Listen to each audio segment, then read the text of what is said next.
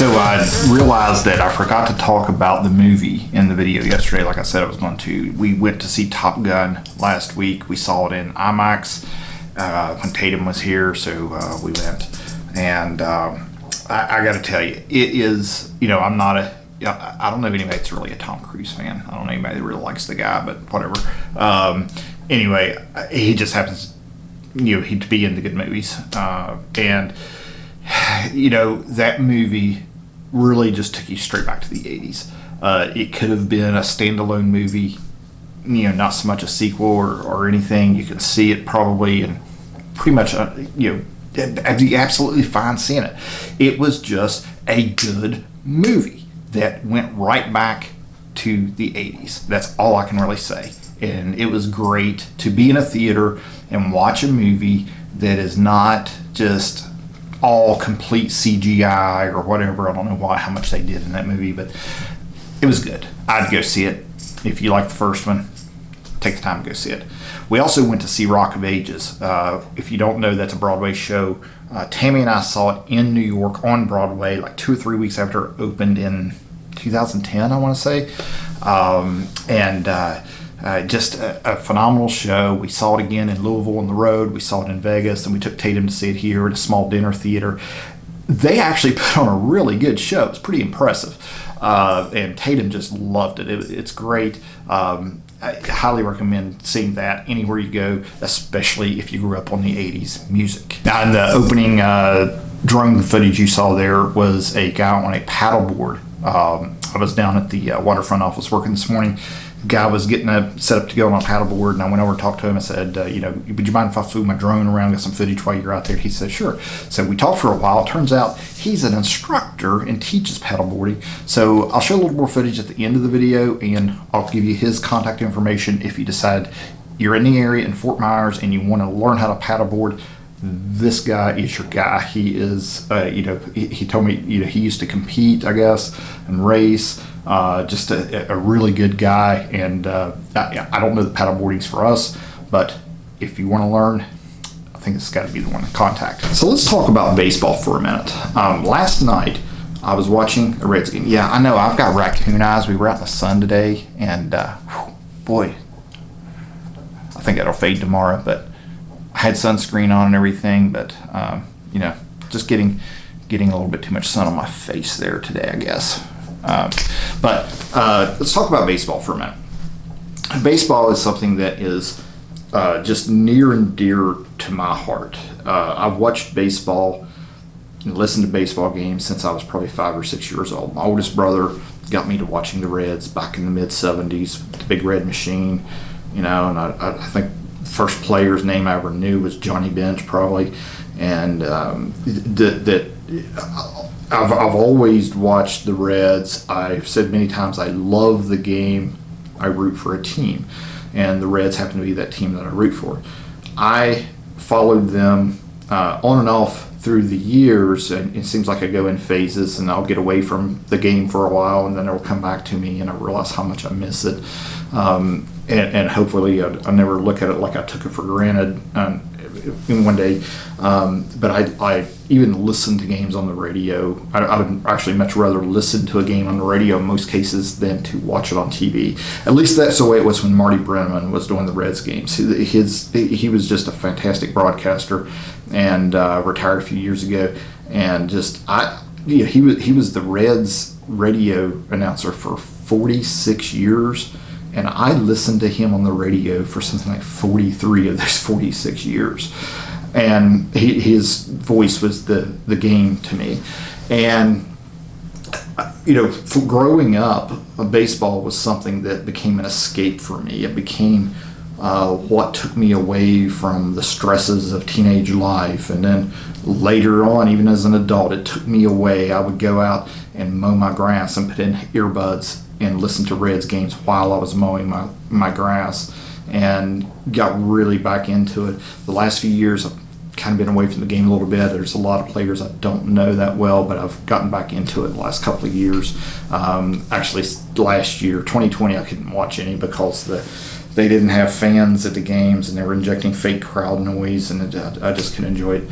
But baseball has just been something to me that I almost have a relationship with it, where I just love it that much, and I can get so engrossed in watching a game or listening to a game that it's just like nothing else is going on in the world while that's happening.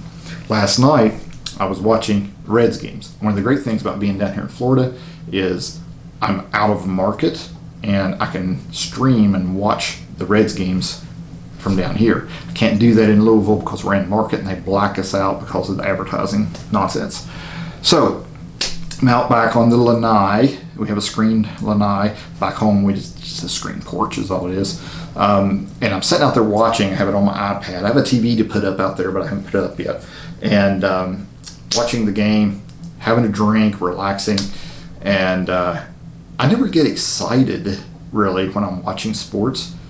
But I got so excited last night, I yelled at the screen on a big play. And I think my neighbor was outside and probably thought I was nuts. But anyway, that's how good this game was. Tyler Mahle pitched 9 shutout innings.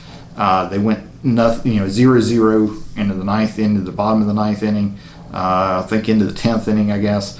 And they're out in Arizona, so it was late, so I went to bed, and they ended up winning in 12 innings last night. So I still have to go back and watch and see what happened. I don't even know what happened. But as soon as they took him out of the game, before the game was over, the Cincinnati Reds posted on the Facebook page that they had taken him out after 9 complete innings of 0 shutout baseball, and I think he struck out 12 or something like that. And then the negative Nancys started. No offense to anybody named Nancy. I'm not going to use the name Karen for this one. They're negatives. So negative Nancys started commenting on this and said, they just all started saying, and they gave him 0 run support, and just started railing on the negative side of the game. And I commented on it and got them all riled up because I said, I said all these negative Nancys and their 0 run support, and they all start chiming in. And I'm like, what about the headline of Tyler Mahle pitches a masterful game, keeps the Reds in it into extra innings where they end up winning? That to me is the headline, not Tyler Mahle pitches a shutout game only to not get any runs. And I picture these people as being people who are probably negative about everything in life. And I don't understand it, really. These people act like they have skin in the game. They act like they're I guess they're just still living that life where they think they should be on the field playing at 47 years old or however old they are. But I was just amazed at the people that were commenting and the things that they were saying and railing on this situation instead of looking at the positives.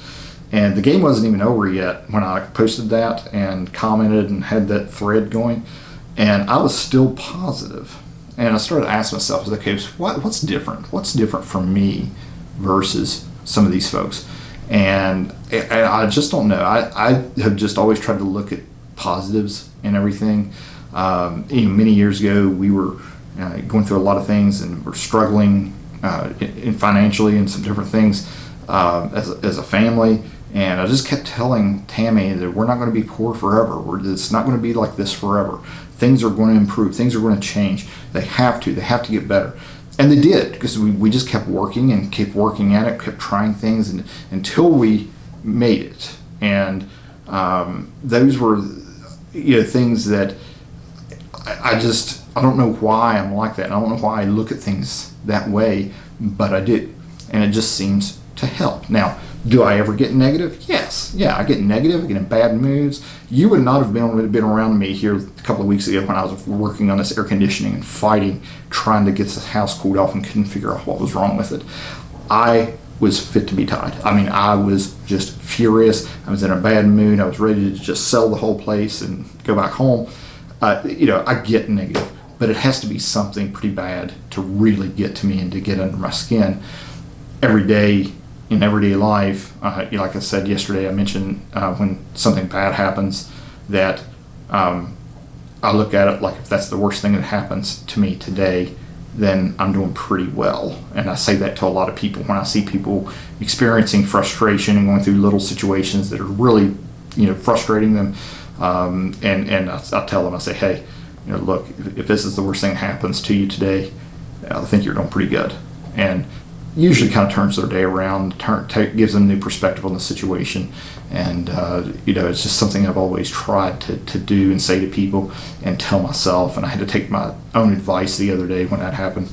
And I just don't understand the negativity behind the way some of these people view that situation. And I picture them as probably viewing everything in their life negative. Everything that happens, everything that's going to happen is negative. There's that whole, I don't know what it's called, but there's a thing about if you want good things to happen, that you just keep saying to yourself that they're going to happen and doing things to make yourself believe that it's going to happen, and the good thing will happen eventually. And I don't know, maybe that's kind of the ideology I subscribe to or something, I don't know. But I was just disappointed at the negativity over something like that. It was almost fun for me to engage with people on that because they can't hurt me. They can't bring me down. They can't say anything about me or to me or anything that's going to bother me, because I watched a masterful game pitched by a young man in a red uniform that kept them in the game until they won later in extra innings. That is what baseball's all about, and that's positivity.